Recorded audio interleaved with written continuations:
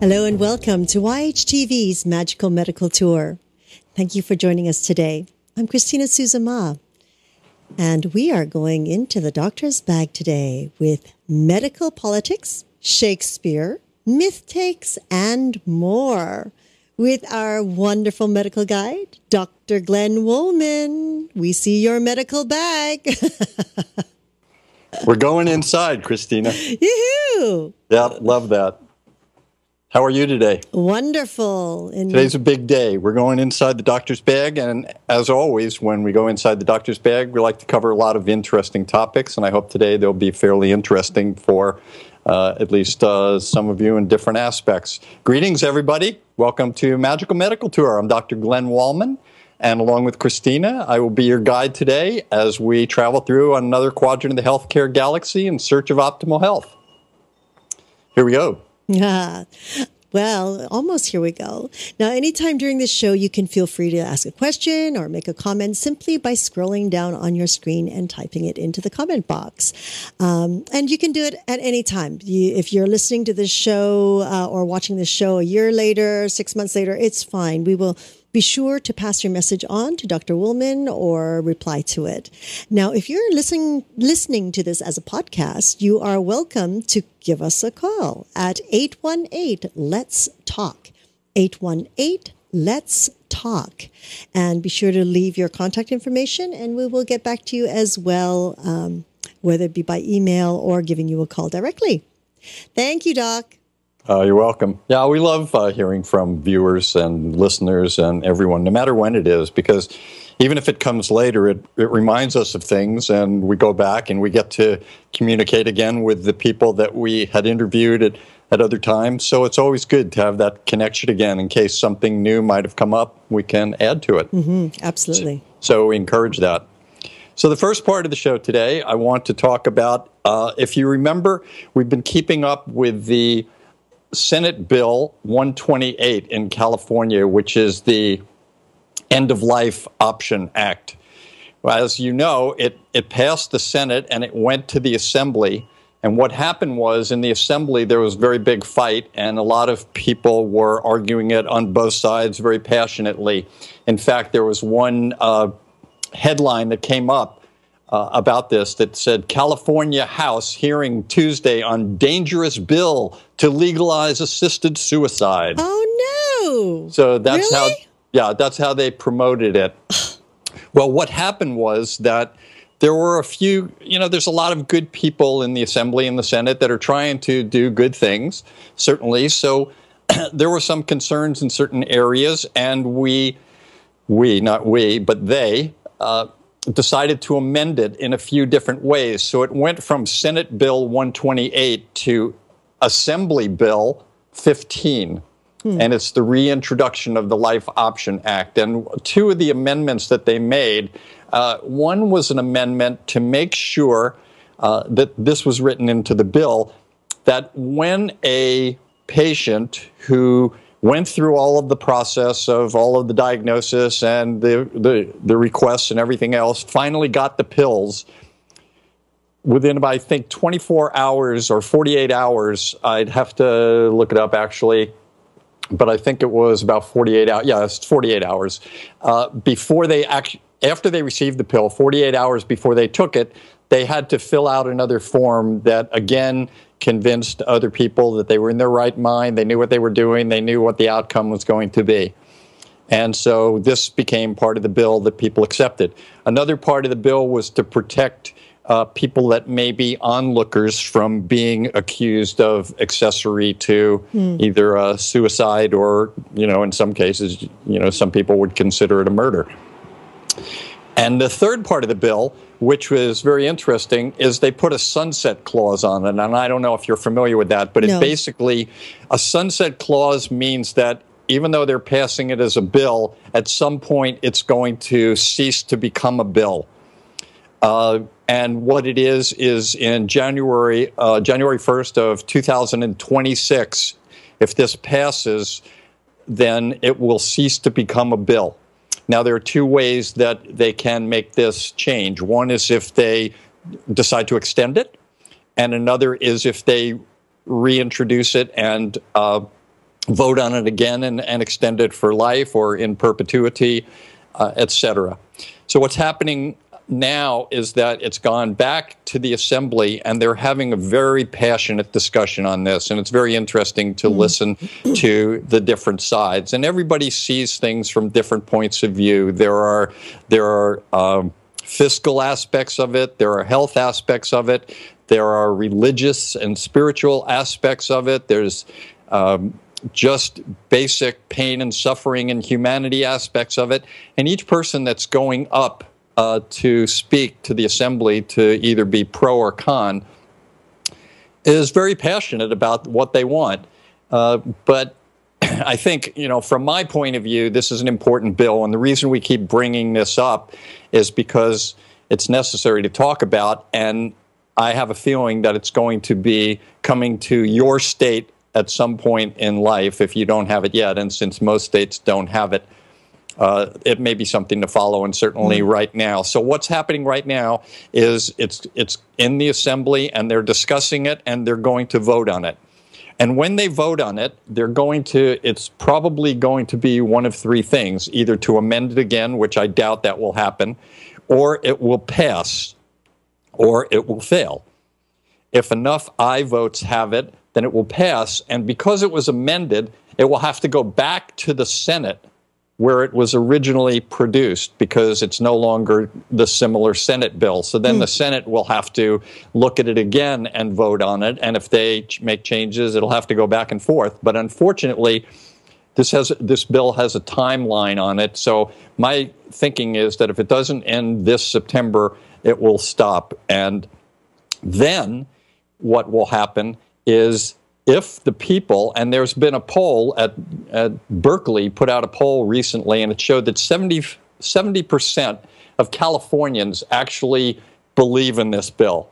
So the other option that people always have is to put it on as a referendum and vote on it by the people. And if the Assembly and the Senate don't vote on it, don't pass it, we the people can still choose to put it on the next ballot as a vote and let the people decide. But if they choose it, then we move forward on that. It's very interesting. So one of the reasons that we do this is because I'm very passionate about this, and I believe that this is an important aspect of humanity, life, medicine, etc. Of course, there are many arguments, but all it is an option. It's not something that anyone is required to do, and it's a very rigorous bill that a lot of people put a lot of time in to make sure that it covered as many aspects that we worried about as possible, such as what if the person has dementia and they don't know what they're doing? Well, then they can't get the pill. Right. They have to be of sound mind and body, and it's proved in everything.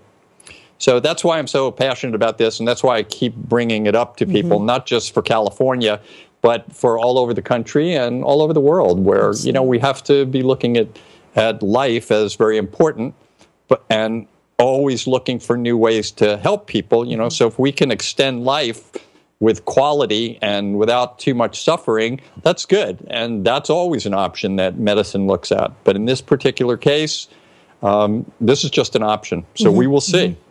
Very interesting. Glenn, do we know other countries that have the right to end of life? There's in Belgium they have this, in the Netherlands they have this, a few other countries have this, and but they have different versions of it. And a lot of people look at this from different points of view. Some of the people here look at it and say, well, we don't have the same economics that they do, we don't have the same belief systems that they do. So they usually the proponents on both sides look at it and try to promote their biggest aspect of it. And the same as in our country, where it's in Oregon and a few other states. People that are looking to promote it point out the good points. People that are looking to stop it are trying to prove the bad points. But my sense is that although passionate and spiritual, the bad point arguments don't trump the good point arguments. Yes, I I agree. Yeah. Yes, yes, absolutely. I mean, it's very interesting. Just wrapping my head around and attempting to understand how a bill is passed and how it goes through such rigorous voting and debating before it is even considered. That to me is another reason that I like to bring this up, and that's why I call it medical politics. I think it's fascinating, and I think it's interesting that people should know about it, Yes. that it isn't just a couple of people up in some congressional area just get together and flip a coin and decide on something. There's rigorous debate, there's rigorous discussion, there's lots of communication, there's lots of compromise. Somebody brings up a point that they're worried about, and the people on another side will try and figure out a way to make it so that they're not worried about that anymore. So it goes through a lot, and this is an important part of our legislative process that even from a Magical Medical Tour's point of view, I think it's very good for people to know, especially when there's an issue about health. You know, and I love issues about health, as you know.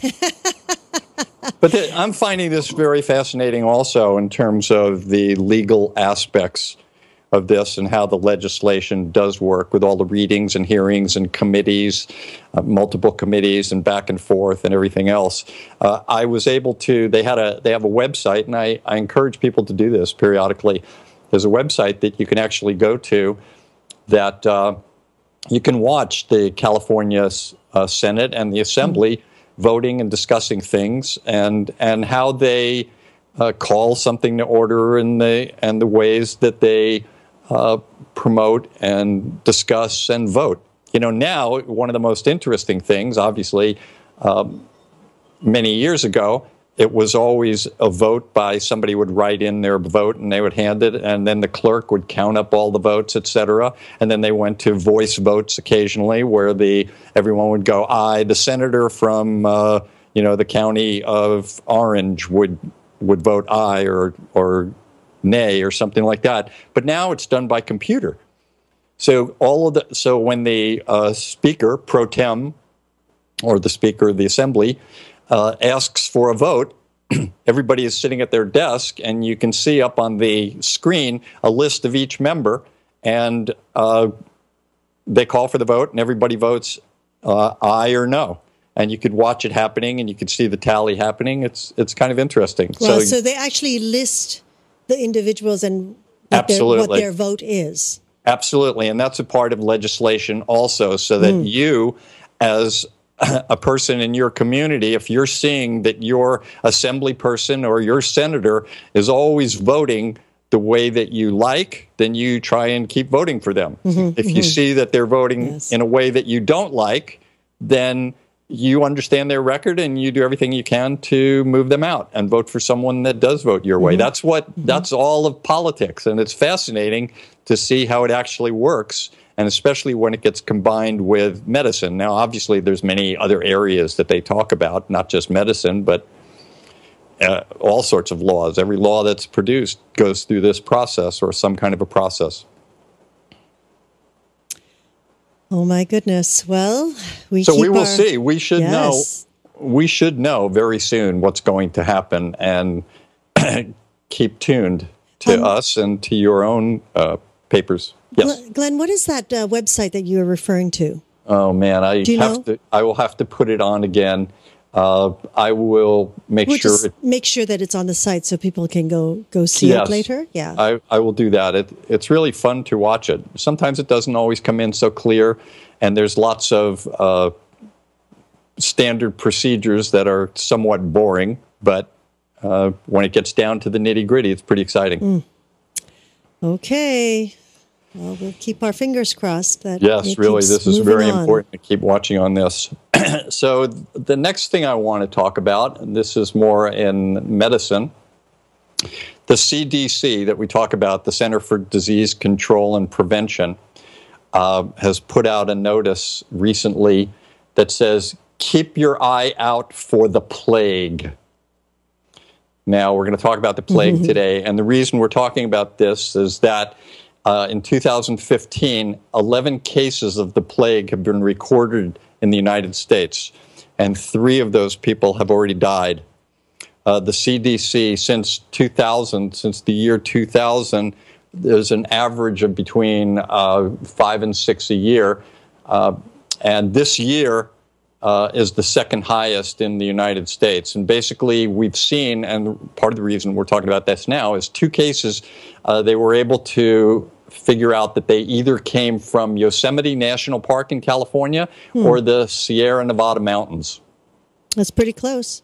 Yeah, pretty close. Oh, my. And so the plague is out there. It's been out there for a long time. And so I want to talk about that for a little while, and then we'll get into actually what the plague is and what we can do about it, how we should recognize it, what causes it, and go from there.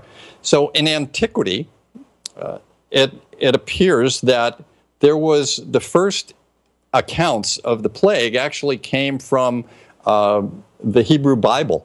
Wow. Where they talked about the Philippines who stole the Ark of the Covenant from the Jewish people, which is their highest piece of relic and learning and teaching. It's everything that they're about. It was stolen, and the Philistines came down with, and they described these boils and lesions and everything else, and they were all dying from it. So it's possible that this wasn't the actual plague, because the plague sometimes they talk about as any major illness, and it could be something that crosses the world. Could be usually from a virus like smallpox or typhus or measles or something like that. But in this case, it's a bacteria, and we're going to talk about that. When the plague, there's been at least 3 major plagues in the history of our species. One was in around the year 500 AD to around 750. A second plague was around 1300 to about 1800. And then there was a third big plague from late 1800s into the 1900s.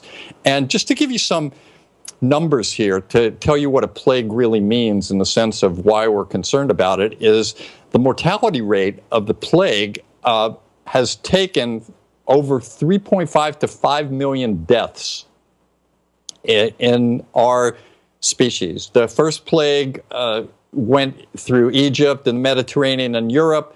The second plague was started in Central Asia and went through the Mediterranean and Europe. And the third plague probably started in China, went to India, and also came to the west coast of the United States. And what they were able to figure out at one point early on was that it was maybe the grain ships were the source of what was causing the plague and being able to travel from one country and one continent to another.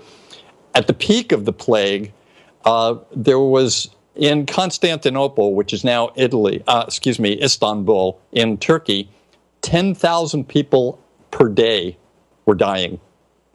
Wow. Yeah, this is what year was this? This is in around 1300. 1300s? Right. And then at one point, there was also, they predict that there were 100 million people across the world that probably died. Maybe 50% of the European population succumbed to this disease. And in Rome, Italy, we actually have a picture of what the doctors used to wear because they didn't know what caused it. So they were very fearful. You can imagine people dying everywhere, households, people running and panicking and not knowing what the cause was. And you can see this picture. And I actually have here the actual mask that the doctors wore.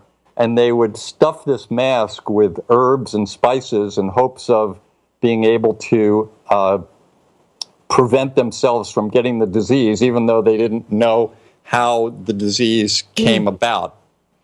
So wow. This disease also had the name of the Black Death or the Black Plague. And basically, it was the largest death toll from any known non-viral epidemic in the history of us.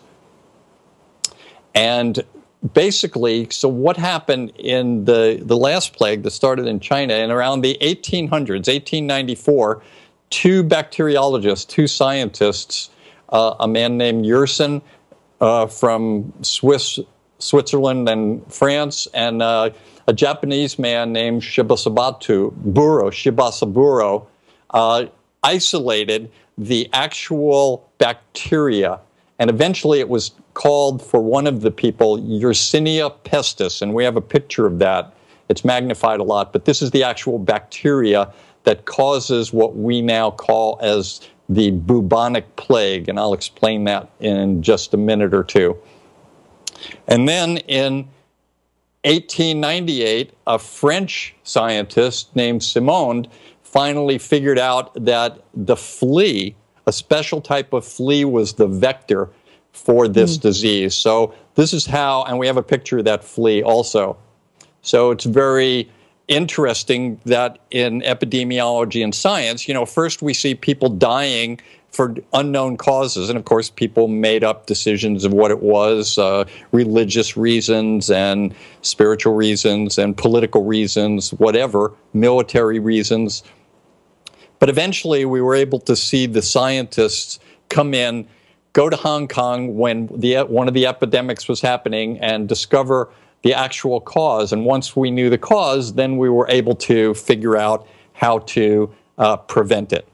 So let's talk about this for a few minutes. Here's what happens. We see that it's basically an infected rodent, and it's usually a rat. Sometimes it could be a squirrel or something else, but let's stay with the rat hypothesis right now. And this is a little bit of chicken and egg, which comes first, but you have to get an infected rat. And the infected rat gets infected from a flea that bites it. But once the rat is infected, this flea gets onto the rat and starts sucking the blood out of the rat with a bite.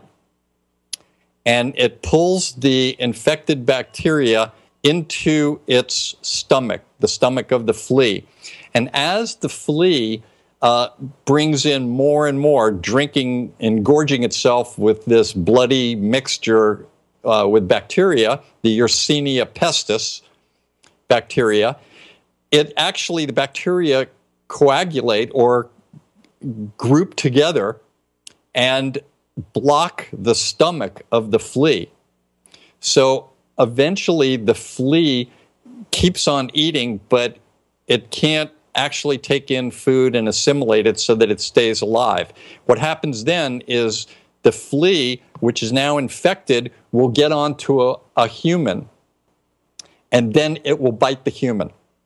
And when it bites the human, it's trying to suck the blood out of the human, which is its natural way of getting nourishment. But because the stomach is blocked by these bacteria, it causes the flea to vomit and regurgitate all of these bacteria into the skin and into the bite of the human. And that is how the infection starts. So the flea vomits up the bacteria into the bite, and then this group of bacteria move through the interstitial tissue and eventually get picked up by the lymph nodes. And it goes by the lymph system, actually. And when it goes through the lymph system, it gets to a lymph node. And when a lymph node gets saturated or supersaturated with so much of this bacteria, the lymph nodes swell. And this is where, back in antiquity, they called it buboes.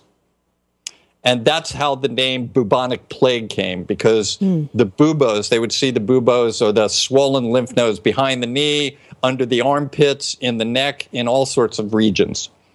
And this, aside from the symptoms that would be from almost any bacterial process, fever and malaise, etc., not feeling well, they also had these big swellings. And when the lymph nodes would actually get so supersaturated, they would actually, aside from the bacteria and the size, the bacteria would emit these toxins which would cause hemorrhage.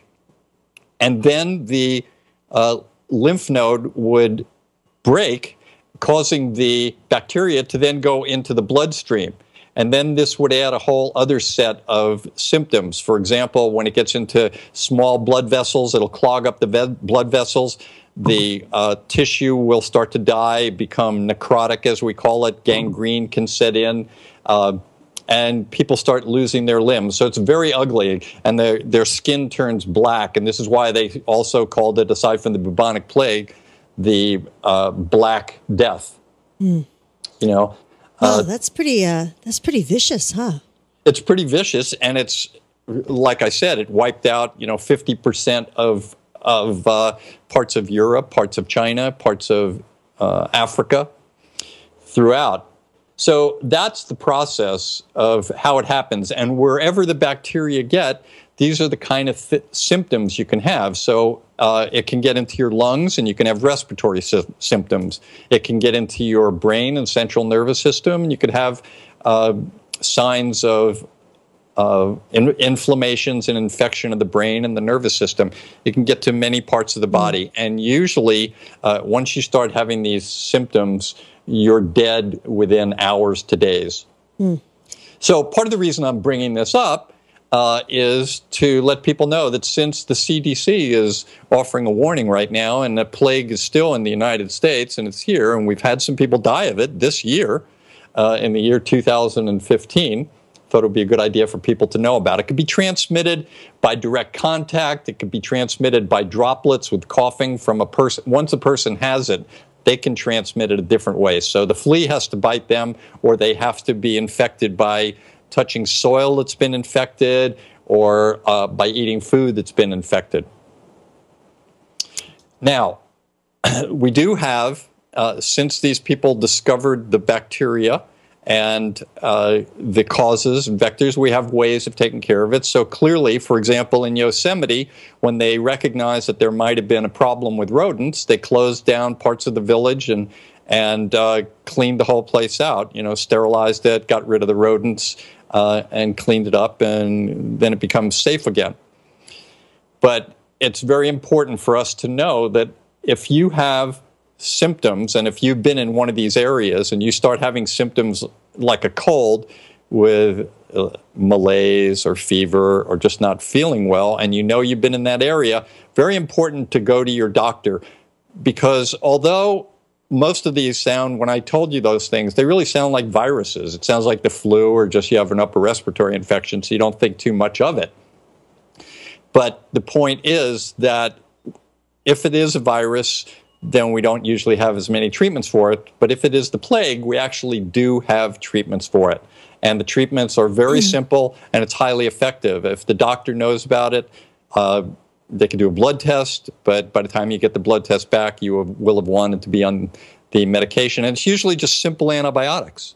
So that's why I'm bringing this up. If you go to one of these places and you have symptoms of something, very important to probably chat with your doctor about it.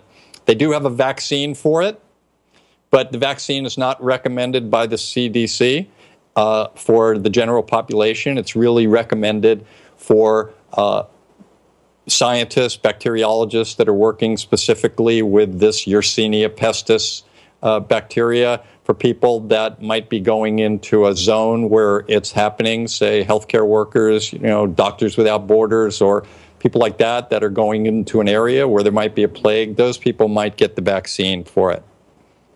Oh my goodness. So basically, that's about it. So how do you think those two died from it? Do you think that they waited too long? Yeah, absolutely. What happens is you think, I have the flu, or I have just a virus. It's not something spectacular. The big buboes, the big swellings, don't occur right away, or the necrosis, or the real bad disease. But if you think about it, when you get the flu, what are your symptoms? A little fever, you don't feel good, you're tired, you're achy. So the symptoms are very vague. And these people probably not thinking about anything, and someone going, I don't feel well. You just got the flu, you've been away, and you'll be okay. Here, take some aspirin, or take some Tylenol, take some fluids, take some chicken soup. In this case, chicken soup doesn't work. No. In every other case, probably it does work, but not with the bubonic plague, the buboes. So you know that there is a definite issue when those buboes start to show up. When those buboes start to show up, most likely you're not going to live.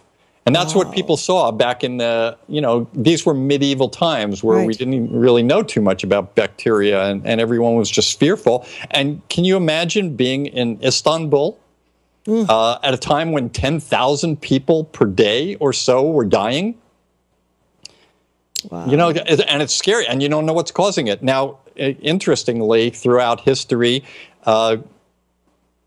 military leaders have used the bubonic plague to their advantage. They didn't know what the cause was, but they would take dead animals and they would sneak them into villages or into the army camps of the enemy and wait for these people to get sick and die.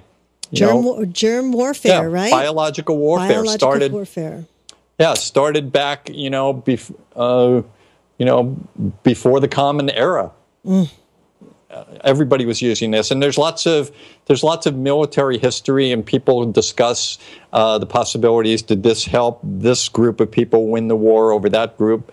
And there's lots of interesting topics written about that, in terms of biological warfare, etc. Yeah, the whole thing is very interesting in the way that we learn about disease. We see what happens, and we see the way that the medical community tried to cheat it when you look at that costume that the doctors were wearing at that time to protect themselves. It's very interesting, and the way that the epidemiologists go about. These are brave people. Can you imagine that right now, let's say in Hong Kong, there was some kind of a disease that was killing thousands of people a day? Could you imagine your idea to say, oh, I think I'm going to go over there and try and help and figure it out? Most people would want to stay away from there, but these brave bacteriologists and scientists would go there, and they would do the science and they would do the studies at risk of their own lives. And so, I always like to honor the process of the science trying to figure it all out. Losing my earphone here. Thank goodness at this day and age, they do have those wonderful suits that they can put on. Yeah, they now have the hazmat suits, etc. Yeah, I mean, so that's very good, and we have better science now. Sometimes you don't even have to go there. You can scientists in that area there can take blood samples and urine samples and tissue samples and send it all around the world to help other people diagnose it. But still, even every bacteriologist that's working anywhere in the country for any infectious disease or any infectious disease person. We've interviewed a few on our show. In fact, they do an amazing job, and I love that about what they do. So what do you think? I mean, how would we know? It's like when you go camping or you go for a hike in the woods these days. I mean, now we have to worry about the ticks because of the Lyme disease. Now fleas are all over the place. And I hear that recently in San Diego now they have to spray to try to get rid of a lot of fleas. One of the things that is very important in terms of your question of how do we know is, and we have discussed this many times, Christina, is that the history is very important. So when you go in to see your doctor, it's important to have a history and to be able to say, oh, I was in Yosemite last week and I listened to Magical Medical Tour and they said that the plague was there. But you need to be able to have a history, and you as the patient needs to bring in as much knowledge as possible to the doctor. So when you have these symptoms, under most circumstances, if you've just been in your house and not exposed to anyone with anything, then you probably just have the virus. But on the other hand, if you have been in a place where you know something is going on and you get something, or if you have flea bites on you and you get concerned, even if you get a little more paranoid than you necessarily need to be because it was just a regular flea bite, and not too much is going to happen from it because this particular flea didn't have the Yersinia pestis bacteria in it, you're going to be fine. But if you have the flea bite, you're not feeling too well, get to your doctor, and with your doctor, you can make a decision that will be in your best behalf. Now, are they able to, because the symptoms are so common, I want to say common, because it's a fever, is, maybe a slight cold symptoms, etc. Would they be able to pick it up through a blood test? Yes, they can pick it up through the blood test, but the problem is that usually the blood test takes a little while. So while you're doing the blood test, most likely, if there's enough good evidence of your history and your concern, if you say, doctor, I was in Yosemite staying in that lodge where someone else died from the plague, and I had flea bites, and now I have these symptoms, most likely the doctor is going to say, well, under normal circumstances, I wouldn't really want to give you an antibiotic, but because this is so deadly, I'm going to give you the antibiotic, and we can wait for the lab tests and go from there. And if the lab tests come back, we can take you off the antibiotic, but if they come back negative, if they come back positive, then we're really glad we put you on the antibiotic. But it's a simple, in most cases, it's a simple treatment. I mean, it's almost, you've heard of doxycycline? Yes. Okay, that's one of the treatments for it. So people have taken doxycycline for a number of things. Sometimes you take it for a toothache or an infected tooth. So it's not necessarily one of these vague experimental medications that, like chemotherapy. Right. It's more simple antibiotics, and there's a whole number of them. And what may happen over time if the plague comes back more virulent in a way, they may develop resistance and we may have to change. But right now, it's pretty simple. Like I said, there's only been 11 in the United States. But still, if one of the things we always talk about with statistics, Christina, is, it's very tough to come up to the person who's the only one in the history of our species that has this type of brain tumor. The statistics do not mean anything to them at that point. Yeah, no kidding. Right? And so you could say, yeah, but you're the only one that has this, or it's only 1 in 52 billion. But if you're that one, it makes a difference. So really important. The basic thing is to know a little bit about the plague, know that it exists, know that it's out there right now, and especially in the Western states, just be aware of it. And if you have some symptoms, go see your doctor and talk about it. It's much better to do it that way than to be dead. I guess that's an easy way to say that. That's putting it really straightforward and simple. High level of wisdom here on Magical Medical Tour. It's better than being dead. There we go. Okay. Wow. That's now we have to be cautious when we're out there hiking. Yeah, and also, you can get it from a flea. It's not just from the rat and the flea. Sometimes an infected squirrel, even one of your pets that can get, if they get infected by one of those fleas and they have it, you can get it from your pets also. But it's got to be with that bacteria. Now, throughout history also, there have been many episodes of what they call pandemic or worldwide diseases that they thought was the plague, but interestingly now, the science with DNA testing and a number of other things, there were a few times throughout history in ancient times that they were able to go to burial sites and get tissue, sometimes dental tissue or other pieces of bodies that were in mass graves, for example, and test them with DNA, and they found that they were not actually the Yersinia pestis, but they were viruses like smallpox or typhus. I see. Or something like that. So they have done DNA testing, and in fact, they were able to do the same thing with the plague when they looked at the plague that caused the major problem in the world, killing half of Europe, et cetera, et cetera. They were able to go back to those mass graves and do the DNA testing, and in fact, it was the Yersinia pestis, the one that we have the picture of. I guess we should have, at the very beginning of the show, mentioned that there will be visuals on this show. Oh, what were mentioned? Actually, I think it was pretty early that we were talking about the photos, so we should be okay. we can always put a little note on the website itself. Yes. Yeah. All right, so I think that's it, unless you have more questions about how you can get it, what the treatment is, why it comes about.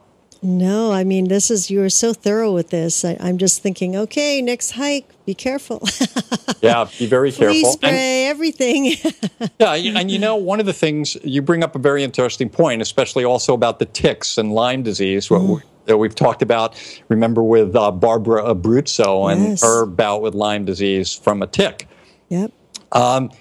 I think it's very important when you go out into nature, as much as we love nature and want to be out in nature, that when you come home, that you do a thorough examination on yourself. And if you have someone, a loved one that is willing to do an examination on you on the parts that you can't see as easily, very important.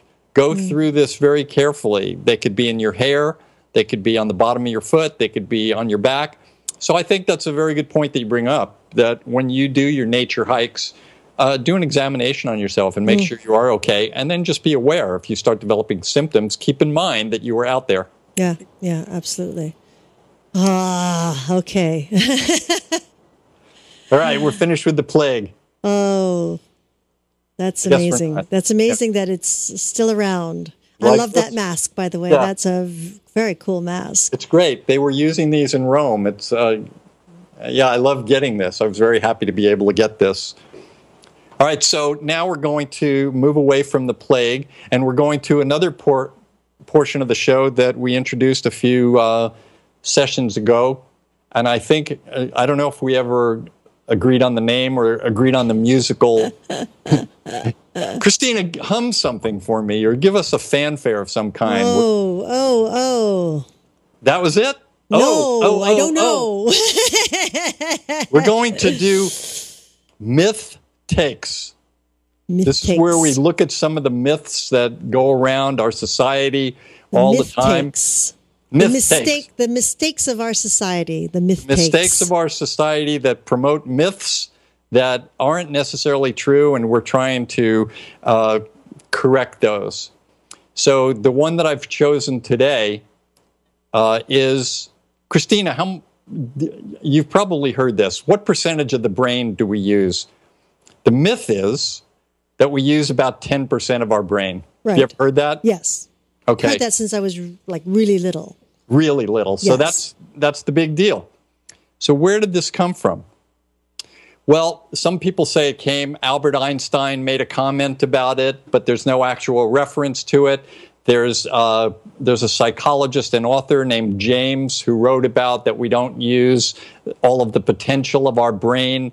There were neurosurgeons in the 1900s and in the early 1900s and neuroscientists that would see parts of the brain, small areas, but they didn't know what they were about.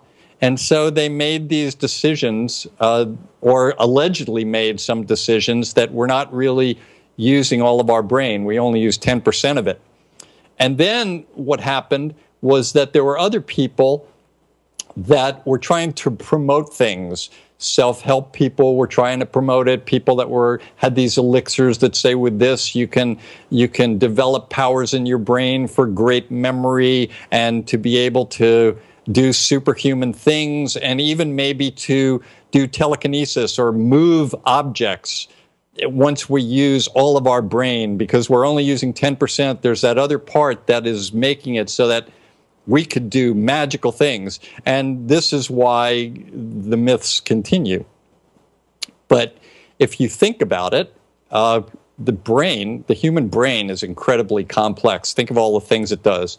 You know, when you, just to take a shower, to get the soap, to turn the shower on, to wash yourself in different ways.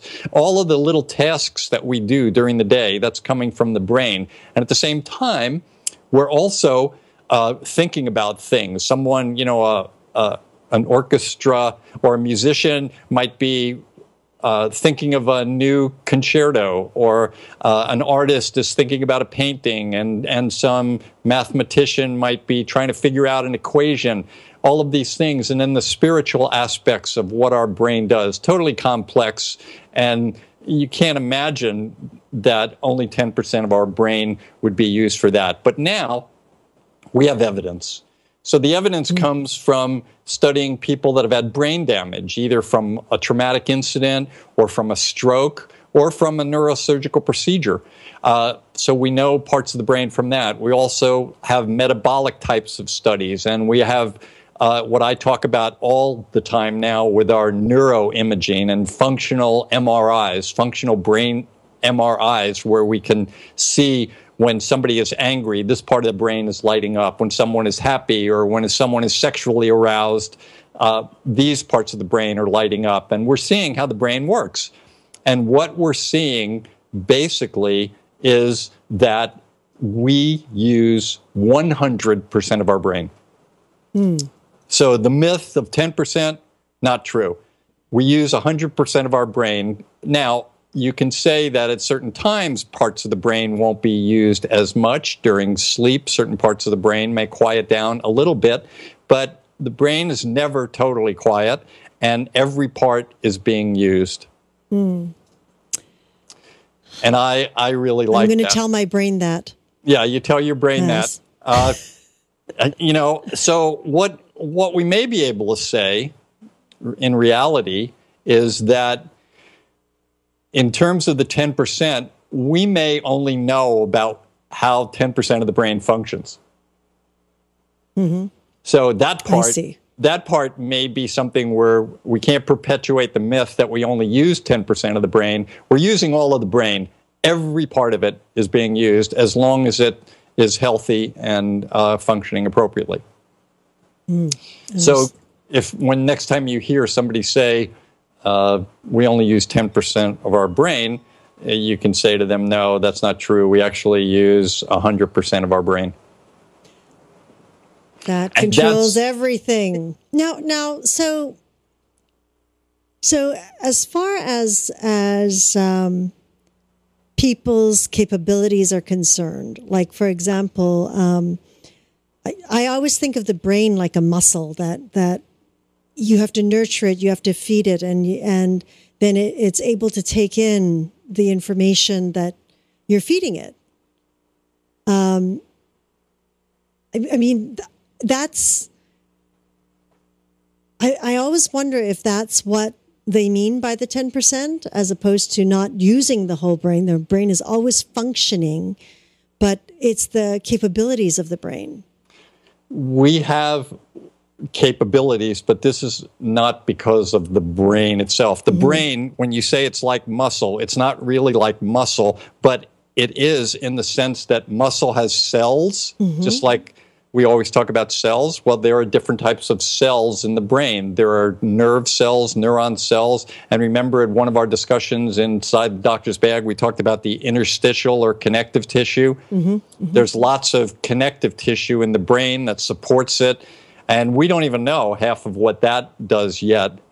And that's where the fantastic part of this is coming. But certainly, getting back to your point of we have to feed it, the brain certainly uses energy. In fact, the brain, which weighs about 3 pounds, 1,400 grams, something like that. So if you cut the brain down to only 1/10 of the brain, you would have 0.3 pounds of brain, 3/10 of a pound of brain, and we can't do much with that.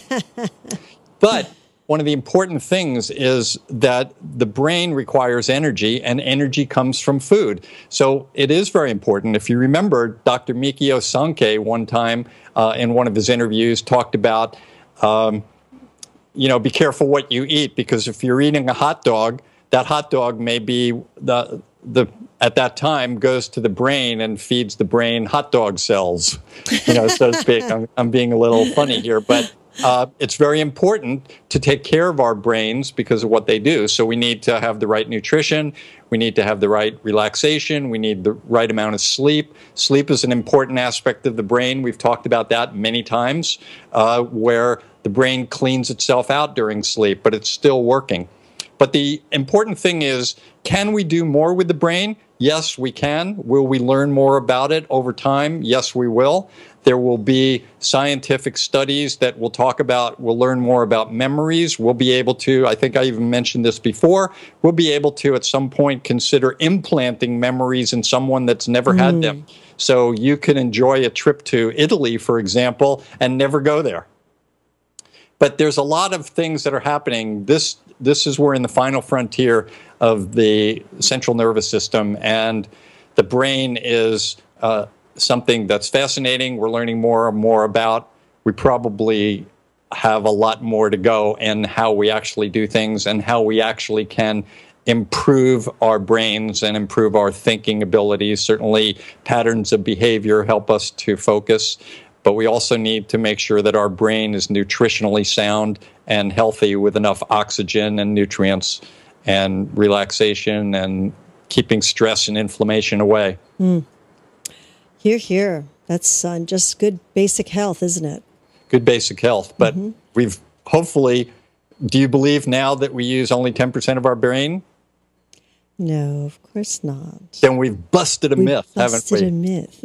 We've gone to a myth take. Oh, that's it. That's it. That's our new fanfare. It's so funny because the last myth you had given, one of the myths was about eating before swimming. Mm-hmm. And now I don't even bat an eye when my son eats and then decides to go into the pool. There you go. It's like, okay, all right, just take it easy. That's all, you know. That's great. Well, we're busting myths everywhere. Love it. So people should be following Magical Medical Tour just to find out what myths that they should stop following. Yes, I think we should just have one show on myths. The 5-minute myth. Yeah, we can do that. Although I must say that when we did our first show on myths, and I did a number of them, it seemed like it got a little long. So one at a time. Yeah. It says one little podcast. Oh, okay. I see what you're doing. Yeah. I'm good for that. A myth a day. Myth a day. There you go. It's mythology. Love it. So we're coming to near the end of the show, and I wanted to take a few moments to honor somebody that passed away recently, Dr. Wayne Dyer. He was born on May 10th in 1940 in Detroit, Michigan, and he died August 29th of 2015 on Maui in Hawaii. That's a nice path in itself. And before I talk about him, I want to bring in Shakespeare. And before I bring in Shakespeare, I want to apologize to Shakespeare and to all the Shakespearean actors and scholars and every dramatist in the world, every actor and anyone who loves theater. But I'm going to do my attempt at Shakespeare in honor of Dr. Wayne Dyer, and it'll become obvious soon. This comes from Julius Caesar, Act 3, Scene 2. It's one of the more famous quoted passages in Shakespeare, other than things from maybe Hamlet and, of course, many other areas. But it's spoken by Marcus Antonius, or Mark Antony, in the Forum to the People. So bear with me. Friends, Romans, countrymen, lend me your ears. I come to bury Caesar, not to praise him. The evil that men do lives after them. The good is oft interred with their bones. So let it be with Caesar. The noble Brutus hath told you Caesar was ambitious. If it were so, it were a grievous fault. So even in Shakespeare's time, he understood that ambition as a process could be a grievous fault. And he even alluded to the fact that the Romans, as ambitious people and certain leaders, could have grievous consequences from their ambitions. One of the things that Dr. Wayne Dyer promoted on his path to growth, spiritual growth and happiness, was going from ambition to meaning. And that's a key in almost everything he talks about. So when you're trying to become a better person in your life, you go from using ambition as the motivating source to meaning to be the motivating source. He was a self-help author. He authored many, many books. He was inspiring as a motivational speaker. He focused on improvement by way of spiritual growth. He got his doctoral degree in educational counseling, and he spent the rest of his life writing books, teaching people how to become better. his first book was called Your Erroneous Zones, and I like that title. It sold over 35 million copies, and it's still selling to more and more people. Each generation that picks it up, more and more people are reading it. So I think he's an important person that's made an important influence on health. And that's why I wanted to honor him today in Magical Medical Tour. He's a great person. He died. He had 8 children. He wrote many, many books. He's been on television. He's made movies. And I recommend, if people get an opportunity to see his movie, The Shift, take an opportunity to see that, and you'll learn some very interesting things. He said, if you believe it will work out, you'll see opportunities. If you believe it won't, you will see obstacles. And I think that, when I look at myself sometimes and I look at some idea of something that I'm thinking about and I have to do something with it, if I start thinking about it negatively, all the obstacles come up, and it's an obvious reason why I shouldn't even, undertake this process. And then if I just change and I sit back for a second and I say, well, let's try it a different way, then suddenly opportunities come up, and it's a great thing. And I love that. So I wanted to take a moment to honor Dr. Wayne Dyer. We'll all miss him. Have you ever had any experiences with him? No, not at all. Not personally. Not personally. I've heard a lot about him, and as I was saying before the show, that I was hoping to meet him because we were supposed to, I do believe, be on the same cruise at the end of this month. So he took people on cruises to very important places. He took groups of people to Assisi, where St. Francis was. And, they did lots of searches and in terms of spiritual growth and healing. And that's what he was all about, taking the purpose in life for ambition. How much can I get? What can I own? Look at all these things I have, to a sense of purpose and meaning and service.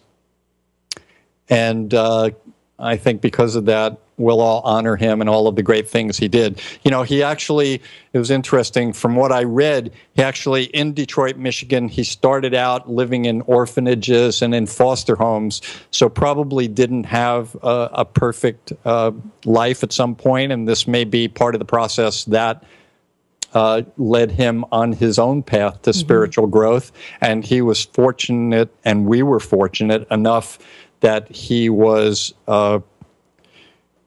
very proficient in writing, and he was able to promote and improve people's lives in many different ways. He was very motivating.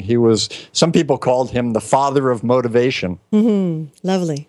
Yeah, so I thought that was pretty good. And I think what I'd like to do as we come to the end of our show, I'm going to leave a health tip, which is going to be a quote from Dr. Wayne Dyer, unless you wanted to go over something else first. No, actually, I read something very interesting when I found out that he had passed away, that through his journey, and I didn't realize that he was living in orphanages and all, but through his journey, when he was able to actually bring himself to go to his father's gravesite, was the date that he actually finally brought himself to be able to do that, to bring himself to his father's gravesite. And right after his visit to that gravesite is when he started to become very prolific in his healing and writing. And shortly after, weeks after that visit to the gravesite, was when he wrote Your Erroneous Zones. And to the day of his death, he died on the same day as the visit to that gravesite. Wow. I didn't know that, and that's pretty interesting also. Yeah. Things are connected, huh? Yeah, very much so. What a beautiful path. Here's one of his quotes that I like. He's got so many that are great quotes, but since we're so interested in nutrition all the time, I thought this would be a kind of a cute little quote. But it like everything else, when you listen on its superficial value, it's cute, but when you look at it with more depth, it starts to make you think about things. So here's the quote, and here's the health tip. When you squeeze an orange juice comes out, because that's what's inside. When you are squeezed, what comes out is what's inside.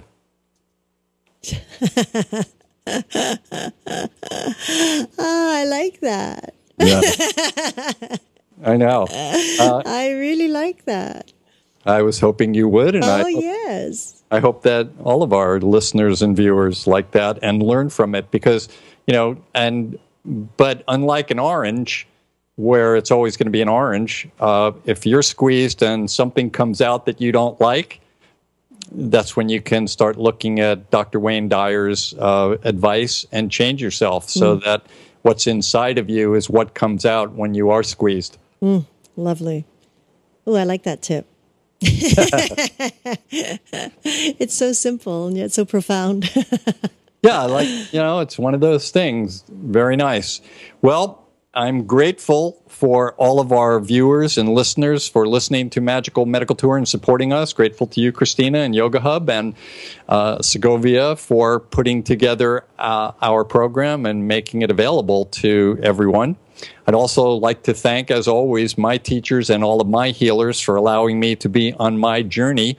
And I look forward to getting together with Christina and all of you again on Magical Medical Tour when we explore another quadrant of the healthcare galaxy. But until that time, until our next meeting, I wish you all optimal health.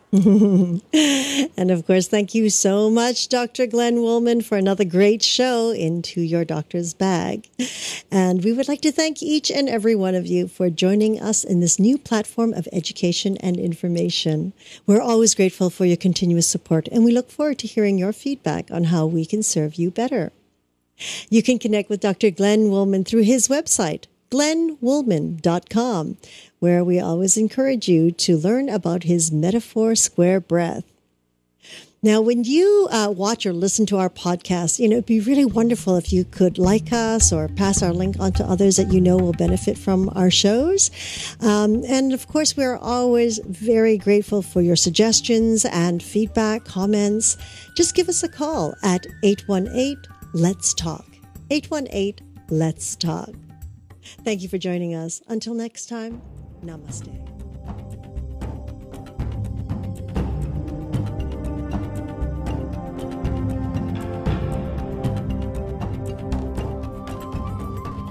I remember that and I feel sad because I was shrinking down and feeling really weak. Even food didn't attract me, although I know that I was craving sweets. I was craving quite a bit of sweets. That was the only thing that I wanted to eat. And my sister was very, very upset. She was like, something is wrong. You cannot lose weight this much. So we prepared everything. We really insisted with the insurance to see the doctor as soon as he got in. The nurses and everybody helped us at that moment. They saw that something was wrong.